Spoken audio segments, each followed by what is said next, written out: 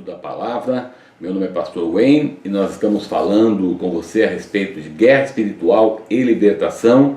E hoje estamos indo para o nosso 5º encontro e vamos falar hoje a respeito de um tema muito interessante, de uma pergunta que muitas pessoas até fazem, que é o seguinte: pode um crente ser possuído por demônios?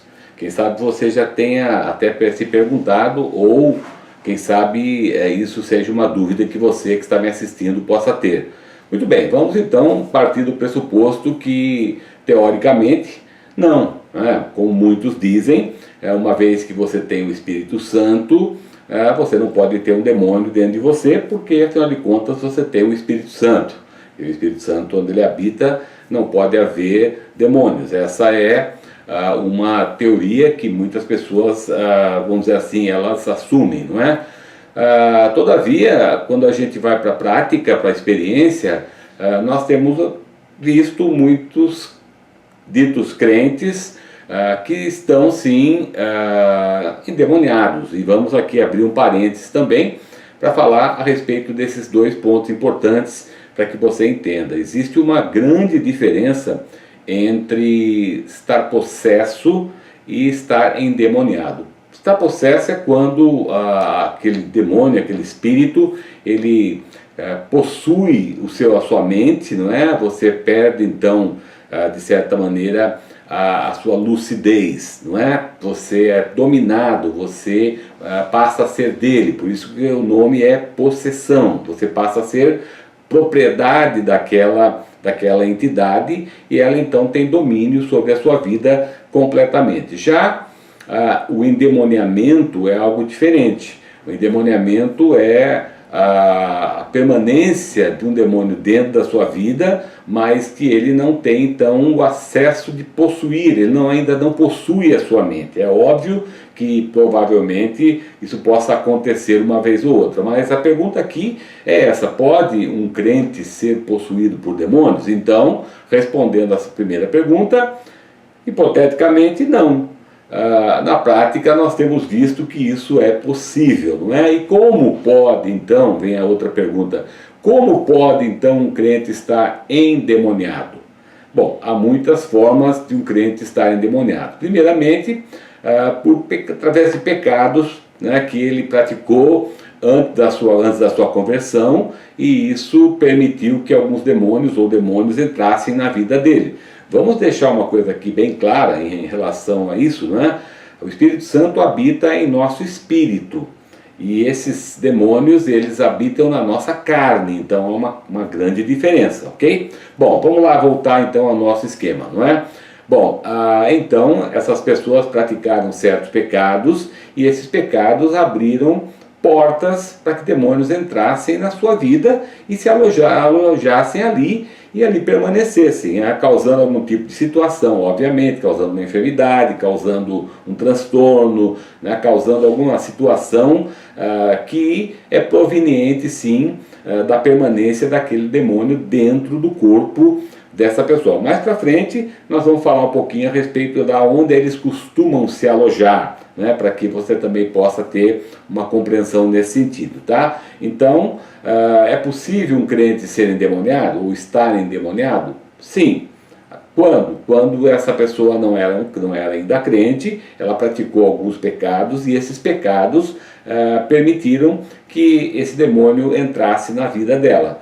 Outra situação é através de espíritos hereditários, ou seja, né, que passa de pai para filho, e esses espíritos então, uma vez que estavam nos seus pais, passaram, né, para a sua vida, né, entraram na vida da pessoa, né, e a pessoa então, ela muitas vezes nem sabe que está endemoniada, né, mas existe um demônio ali, né, que pode estar, vamos dizer assim, em estado de dormência, né, está lá quietinho até o momento que ele se manifesta, não é? Mas nesses casos também há a possibilidade de um crente estar endemoniado. Outra possibilidade de um crente estar endemoniado é esse crente ter uma vida no pecado.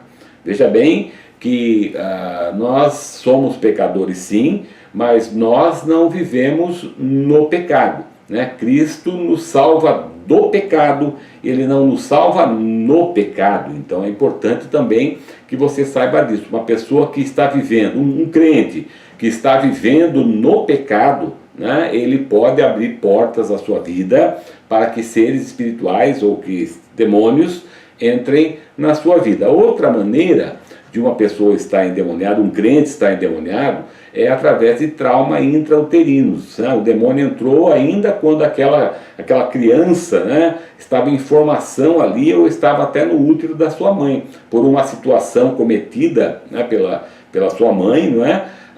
Aquele demônio aproveitou a oportunidade e entrou naquela criança e ficou ali e não se manifestou, mas está ali sim, e mais cedo ou mais tarde ele vai se manifestar de alguma maneira, não é? Através, como disse, através muitas vezes de enfermidades, muitas vezes de algum tipo de comportamento, né? Por exemplo, né? Um comportamento homossexual, por exemplo, né? Pode acontecer de um demônio estar se manifestando também na fase de adolescência ou adulta dentro desse contexto, tá? Também outra situação é quando há traumas de infância, né, ou na adolescência ou ainda na fase adulta. Por exemplo, né, houve um divórcio entre pai e mãe, por exemplo, onde a criança ela presenciou tudo isso, ela viveu tudo isso se tornou um trauma na vida dela. Demônios podem se aproveitar desta situação, não é? E podem entrar na vida dela. E ela então pode também estar sendo endemoniada, né? E aquele demônio também pode estar lá em estado latente, mas mais cedo ou mais tarde, como eu tenho dito aqui, ele também vai se manifestar de alguma forma. Uma outra maneira são através de objetos que podem atrair a presença de demônios. Isso é muito importante você ter consciência disso, porque na realidade, muitas vezes nós pensamos que não tem nada a ver, e tem certos objetos que eles foram dedicados a demônios, né? São chamariscos, né, de demônios. Paulo fala a respeito, né, das pessoas que comiam carne dedicadas aos demônios, né, porque não eram, na verdade, dedicadas àqueles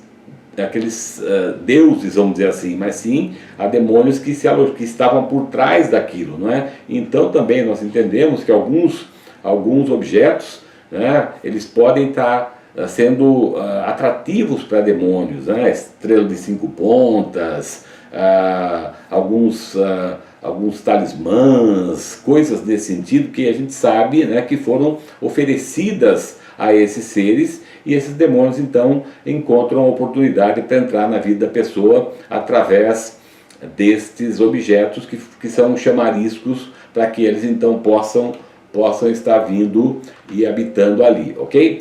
Bom, para que a gente deixe muito claro isso, obviamente que nós estamos falando aqui de casos, né, casos que não são frequentes, mas acontecem, né? Nem todos os pecados fazem com que demônios entrem na vida de uma pessoa, né? Senão nós teríamos todo mundo endemoniado muitas vezes, não é? Mas certos pecados, a prática constante deles, coisas que realmente são abomináveis ao Senhor, eles permitem que esses seres entrem na vida dessa pessoa e fique ali por um tempo, depois ele se manifeste, ou ele se manifesta, como eu disse, né, em situações de enfermidade, tormentos, transtornos, depressão. Eu não estou aqui dizendo também que toda depressão é proveniente de demônios, mas eu estou dizendo que muitas vezes isso pode acontecer porque a pessoa está endemoniada e aquele demônio está agindo na vida dela. Você pode se perguntar, mas pastor, eu sou crente, eu aceitei Jesus como meu único Senhor e Salvador, eu confessei a Cristo, eu busco ter uma vida com Deus, e isso é verdadeiro, eu acredito que é possível sim, mas muitas vezes, devido a coisas que aconteceram lá atrás, que muitas vezes até você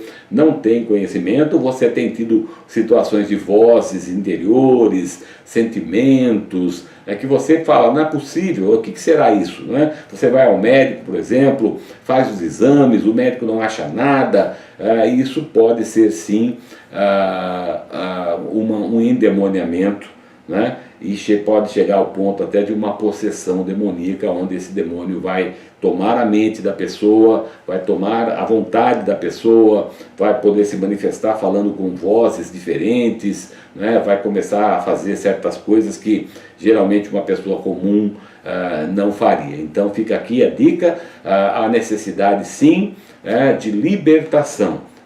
Jesus ele já nos libertou na cruz do Calvário, é verdade, não é? Ele levou toda a maldição, também é verdade, mas o que nós temos presenciado durante esse tempo é que muitas vezes é necessário fazer-se um processo de libertação, que é onde nós estaremos também falando aqui, depois que terminarmos esse assunto de guerra espiritual e libertação, ok?